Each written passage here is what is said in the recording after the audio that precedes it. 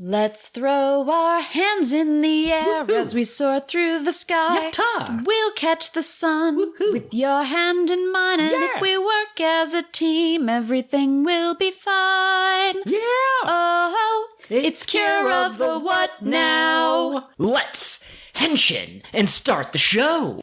Hello, fellow festival goers of Minamino Island, and welcome to episode 24 of Cure of the What Now, the only show where we know pride is the most valuable coin a woman possesses. You cannot let people see your true desires. Fling it into the sea. Hide your wish. Make sure none can see it. I'm your host, Kat, and my wish is to have a great time recording with my husband. Aw, that's incredible. I'm the co-host, Joel, and I just emerged from the sea with a rare octopus on my shoulder. It's pretty cool. This is the best day of my life. That was my true wish. Quick note of housekeeping before we begin. I am sick. Maybe you can hear it in my voice. Maybe you can't. But if halfway through the recording I decide that talking very loudly for a long period of time is too much for me, Joel will take over and he will be the solo host. Absolutely. I might try to make this episode a little shorter, so if it seems like maybe, if you look at the runtime, you're like, 10 minutes shorter than other episodes, that might also be why, to try to protect my wife's throat. It's very thoughtful of you, darling. Okay. Did you have a discussion question for me this week? I did. So, spoilers for the episode, which we're going to discuss in a minute, but all the different characters wrote down a wish that they think could be achieved in the next year, and it could also be like a resolution, like I'm resolved to accomplish this task. So I thought it would be fun to go through some of the other PreCure characters that we know and come up with some ideas that they could write down. They could be serious, they could be silly. So, like I don't know if Hikaru could write down, I want to go to space, because it has to be within the next year. So if you took her at the Star Twinkle timeline, like the main canon, I don't think she'd be able to do that. She'd probably be like, I want to have a magical encounter. I think, oh my god, she makes the same wish as Manatsu's mom. I like that. I could also see her doing something like, I want to find insert cryptid here, like Bigfoot or I can't remember any of the Japanese ones. There's one called like the Sunoki, which is like a land snake or something, or a sand snake or something. That's what Dunsparce is based off of. Oh, nice. That's what Lola dressed up as in the Halloween episodes. It's the only reason I know its name. She reminds me of Luffy from One Piece, in that I think it's more the journey than the destination, so I don't think she'd definitively wish to find it, because if she proves it's real, then it's not an exciting mystery anymore, but to have a sighting. Okay, but how about, like, I'm resolved to search for it, and I hope to come to some kind of a conclusion within the next year, or something like that. Okay, that's not bad. Would Ichika wish to make the single greatest piece of shortcake that's ever existed? Maybe she'd wish that her mom would actually show up for once in her goddamn town. Man, we mention Madoka Magica pretty periodically on this show and on our other show because it's one of my favorite shows I've ever seen. But there's a character in Madoka Magica, and her wish was to have the single greatest piece of cheesecake that my mom would think was the best. And then her mom died, so she didn't even get to give her the cheesecake that she gave up her life for. So Every time I think about that, I get a little sad. That is very sad. Thank you for being such a downer on today's episode. That was the cheese monster, baby. Yeah. Itsuki would obviously wish to be the greatest martial artist. Perhaps learn the secret technique that allows her to shoot an energy blast from her palm, and she'd be unstoppable. Which one is Itsuki? That's Sunshine. Oh, yes. Yeah. Thank you. Miodin, I think, is her last name. That is the name of their dojo. Here's the thing. We have watched so much PreCure in the last year that as soon as I start on a new season, all memories of the previous season are just whooshed out of my mind. Oh man, it's every time I'm going to talk about two characters, I have to pause and be like, which one is which? Because there's a Modaka, and there's a Nodoka. Nodoka is Cure Grace, the pink cure from Healing Good, and the other one, Nodoka, is Modaka is Cure Celine from Star Twinkle. Would Nodoka's wish be to run freely with all of her friends? Yeah, it absolutely would. Her wish is to murder my father. No, she would wish to, like, be on good terms with him, I think. Mana's wish is to hold hands with every girl that there is. Okay, now I'm the one who's confused. Which one's Mana? Is that the, That's the only confident legendary, pink cure, yeah. The legendary smart pink cure, okay. Absolutely.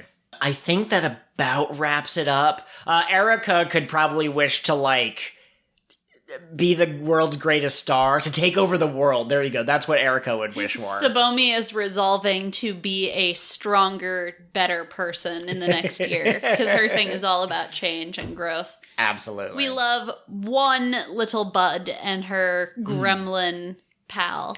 They are married. No one can convince me otherwise that, like, 15 years in the future, 20 years in the future, when they're old enough, like, they're at least roommates in, like, college, and Sabomi is the studious one, and Erica is, like, the, woo, let's go party! And they still get along, but they're different, but they're the same. They're only slightly less married than the Maho Tsukai girls, who raised a child together. Yes. We're never coming down off that soapbox, folks. Absolutely. You probably want a succinct summary. I would love to have a sweet, sweet succinct summary. Okay, so today is the girls' final day on the island, I believe. And there's going to be a festival tonight, and Asuka reminds them that their goal is to train their tropical bodies and mind. So they do a little bit of physical exercise, and Manatsu tells them, hey, tonight at the festival we'll train our tropical minds, or our Tropica Shining minds. There's a festival where you write down a wish or a resolution on a stone, and then you all toss it into the water at the same time, and that's basically it. At some point, the Elda finds the cup full of motivation power. She gets annoyed that people are having a festival and she's not allowed to participate because it's not her summer break yet, so she summons a monster, and it's Laura's stone, which she threw into the ocean early because she was so embarrassed by her wish, and then she realizes that if they see the monsters back, they'll know her deep, dark secret, and she gets so embarrassed that she single-handedly defeats the monster, but at one point she flips it upside down so the girls all get to see the wish, and then it turns out that she wanted to learn how to do a specific type of swim. Flutter kicks. The flutter kicks. And Manatsu teaches her in a super cute, shippable moment.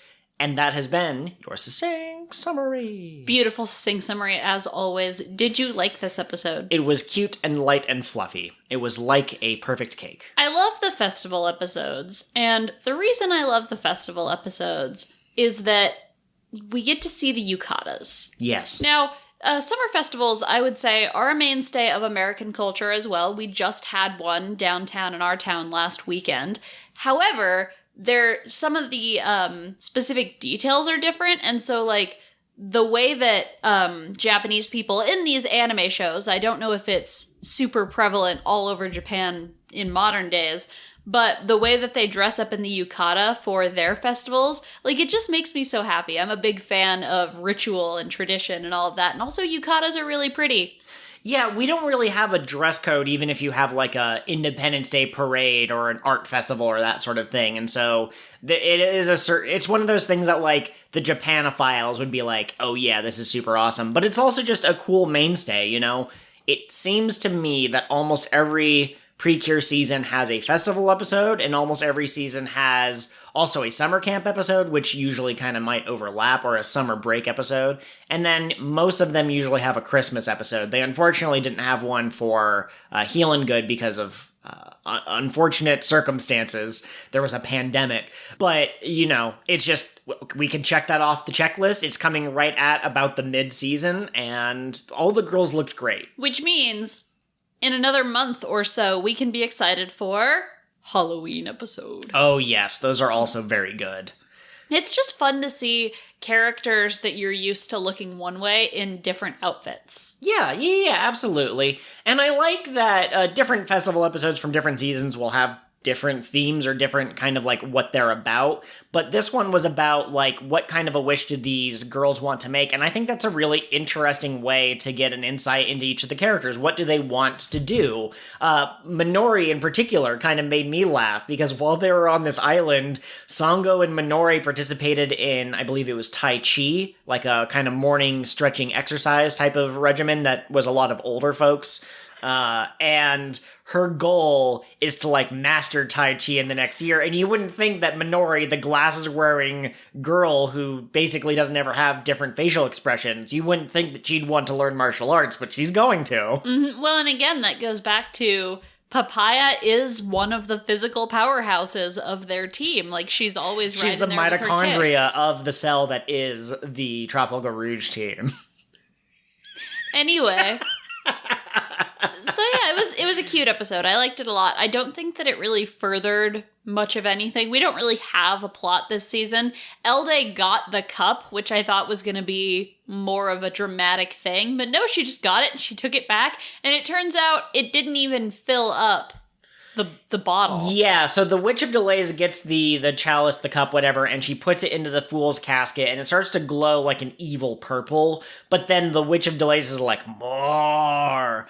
Now, I think that speaks to her selfishness. I think that it's the cup that you can never finish drinking from, you know? So the more motivation power she collects, the more she'll want, and that'll be her downfall, or that'll cause her to self-destruct, or something like that.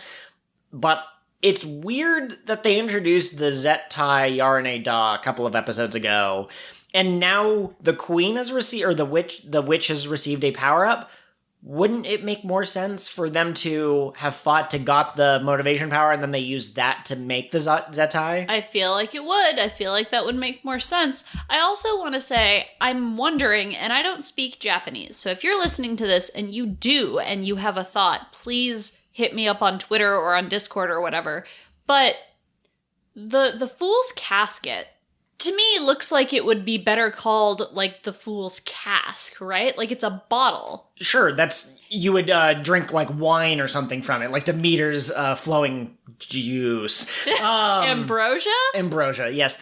Listen, it's been a long time since I played Hades, and even longer since I studied it in high school or whatever. Absolutely. But, yeah, no, it is interesting, and we'll have to see where it goes, but I wonder, is there going to be another secret adventure that a mermaid went on? Like, are they secretly following in the footsteps of this ancient mermaid, and they're going to find a second cup full of motivation power, and it'll have a henshin watch that Minori puts on to achieve armored papaya? Yeah, armored papaya. Oh my god.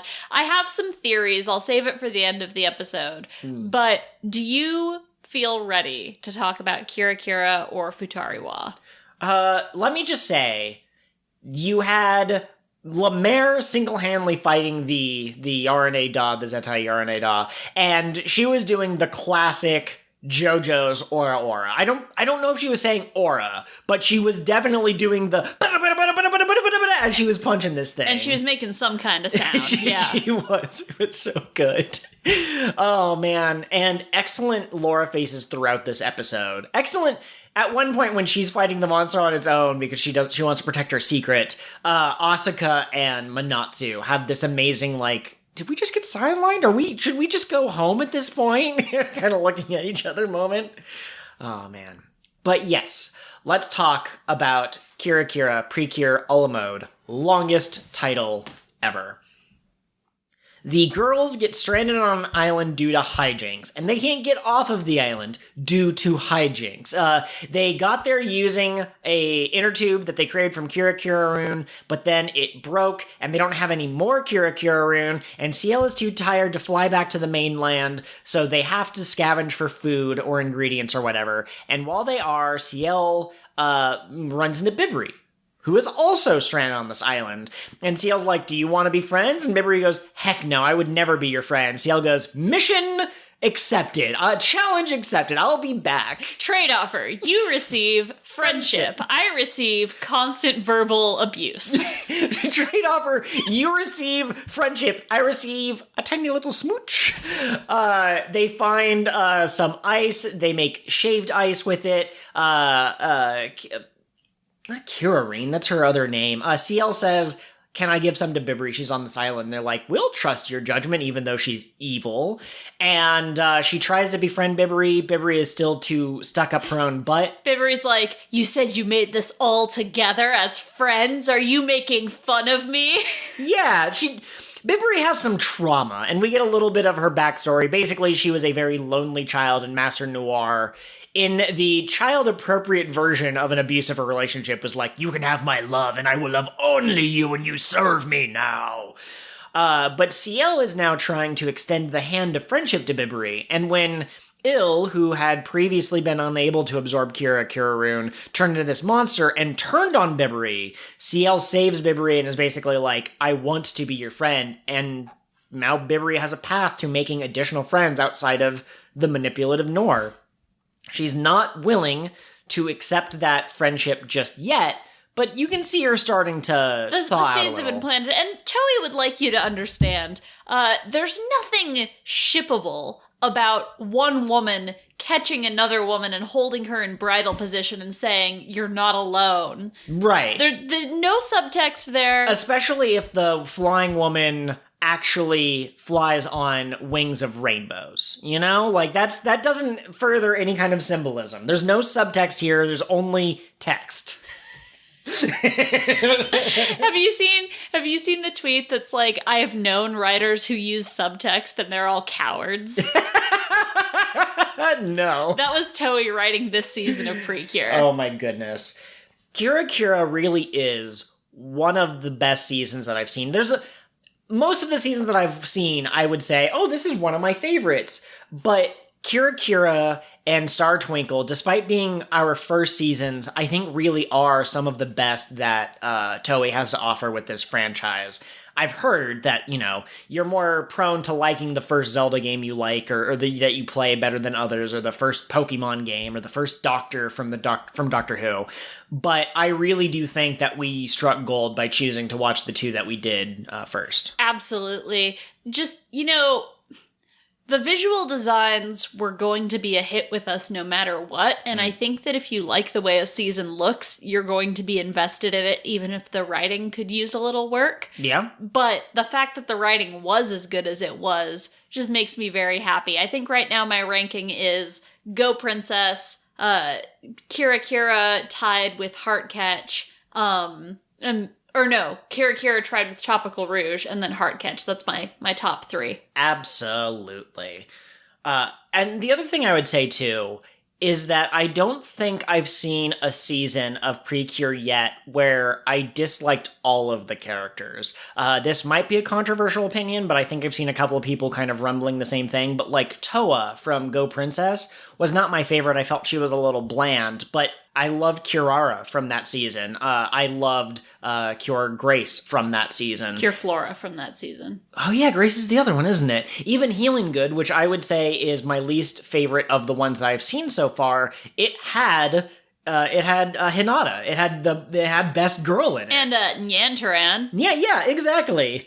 They're a pair, do not separate, but no, so I have a lot of interest in where Kira is going.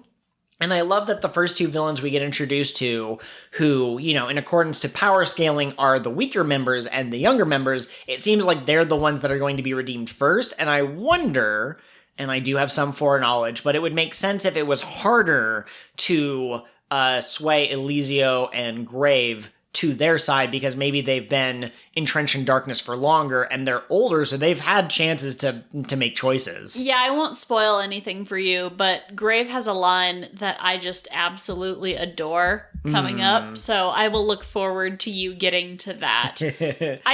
I love Kira. You already said that, it's remarkable what a good season it is, but every time I look over at you watching your episode for the week, I go, oh, that's a really good episode, and I sit down and I want to watch it with you. Yes. I've mentioned before, I have a thread on Twitter where I post screenshots as I'm watching through the episodes and I try to give my thoughts. They're not incredibly detailed, but just kind of like, hey, if you like PreCure, here's maybe you agree or disagree with these things.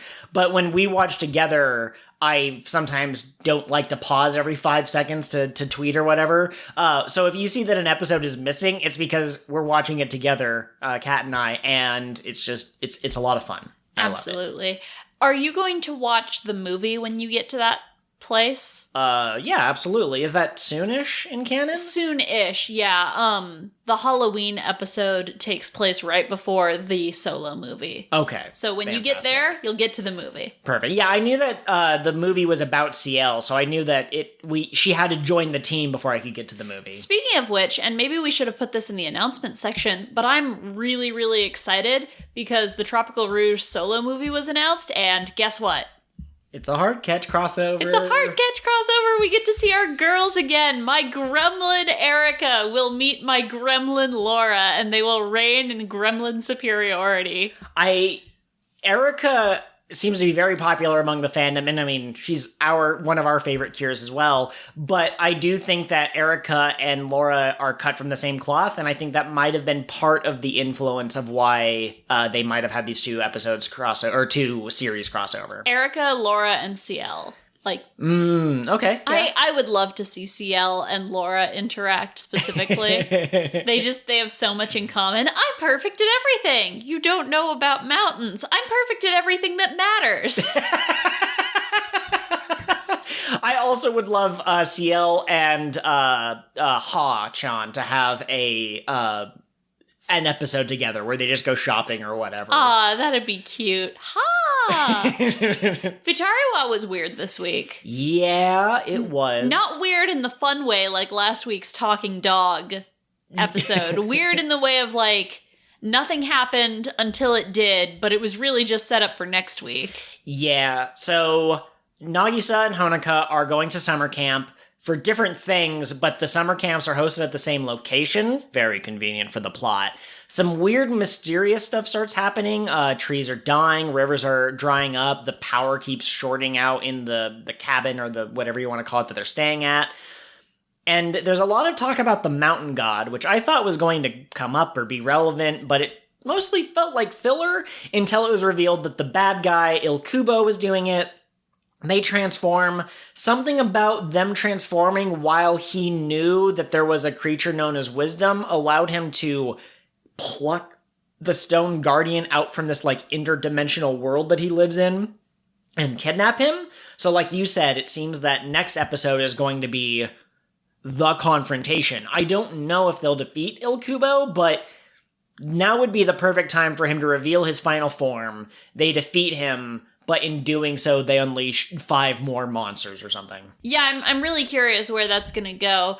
Maybe we'll see him defeated, but Jiaku King will get all of the Prism Stones, and they'll have to spend the next couple episodes figuring out a way to fight him. Okay, maybe Il Kubo will be defeated, but with the last of his strength, he does some kind of, ritual to transfer his energy, and that'll kick something into play. But there's not a lot going on in this episode. The one thing I do like is that in previous Futari Wa episodes, and maybe there have been a couple of exceptions, but for the most part, the bad guys show up, they create a giant Godzilla monster that starts crushing things, and then the girls have to fight the monster. In this episode, he's draining the life force, and he's messing with the ecosystem, and that just seems more primal and spookier than, oh, it's a boxing glove that's going around punching all these buildings down. It feels more like the world itself is dying at its core because of this evil influence. Yeah, and that touch is something I really think they could have run with in Healin' Good, and it's a shame they didn't get the chance to. Because you're right, that is terrifying, the world slowly dying around you, and how do you fix it? There's a lot that Healin' Good could have done that would have been really cool that they just weren't able to do, and I hope that they revisit the doctor idea again in the future. Yeah, absolutely. If Power Rangers can have 13 seasons of dinosaurs, I think we can have 2 seasons of kind of doctor-ish stuff. Damn it, where is my dinosaur PreCure season, Toei? Girls like dinosaurs too. I will have you know that my favorite thing as a child was lizards. Hey, did someone mention dinosaurs? I like dinosaurs. Oh, hi, Pete. Do you like dinosaurs? Yeah, I think they're pretty neat. Dinosaurs are superior to, say, kangaroos. Could you imagine a kangaroo-themed season of PreCure? That wouldn't make any sense. I can't imagine a kangaroo-themed season of anything. I can imagine a Fox Kids, rest in peace, Fox Kids. But I could imagine them doing an anime that was about 4 teenagers that transform into kangaroos to fight the evils of the Koala Brigade or something. You know? Like, I could see that. I could see it being like an environmentalist cartoon set in Australia, and every episode they teach you about an exciting new species that wants to kill you. Oh my goodness. I have to interrupt this talk for a moment. We have these nice podcast chairs, and one of our cats is currently sitting in my chair. She's slowly been pushing her legs out. She's been stretching, and she's been kicking me to the edge of my seat, and she's just a brat. I want everyone to know that. We could kick her out of the office. No, I love her. Plus, she'll stand outside the door and scream. That's why she's in the office. Come here. But yeah, like you said, there's not much happening in this episode of Futari Wa. We're getting to like the mid-season point, so something's going to change. But that's basically it. Should we move on to Tweets in a Bottle? I am ready for some tweets in a bottle. So, who did we get tweets in a bottle from this week? I mean, you could probably guess. There's only one person. Yeah, former president of the United States, Barack Obama. He's a huge fan of PreCure, but he only ever watches Heartcatch. He gets to the end of the season. This is like his 4th watch through. He's like, maybe I should watch something else. My fellow Americans, let me be clear. Erica will be the new head of state should I ever become president again. No, it was James, that one welder guy.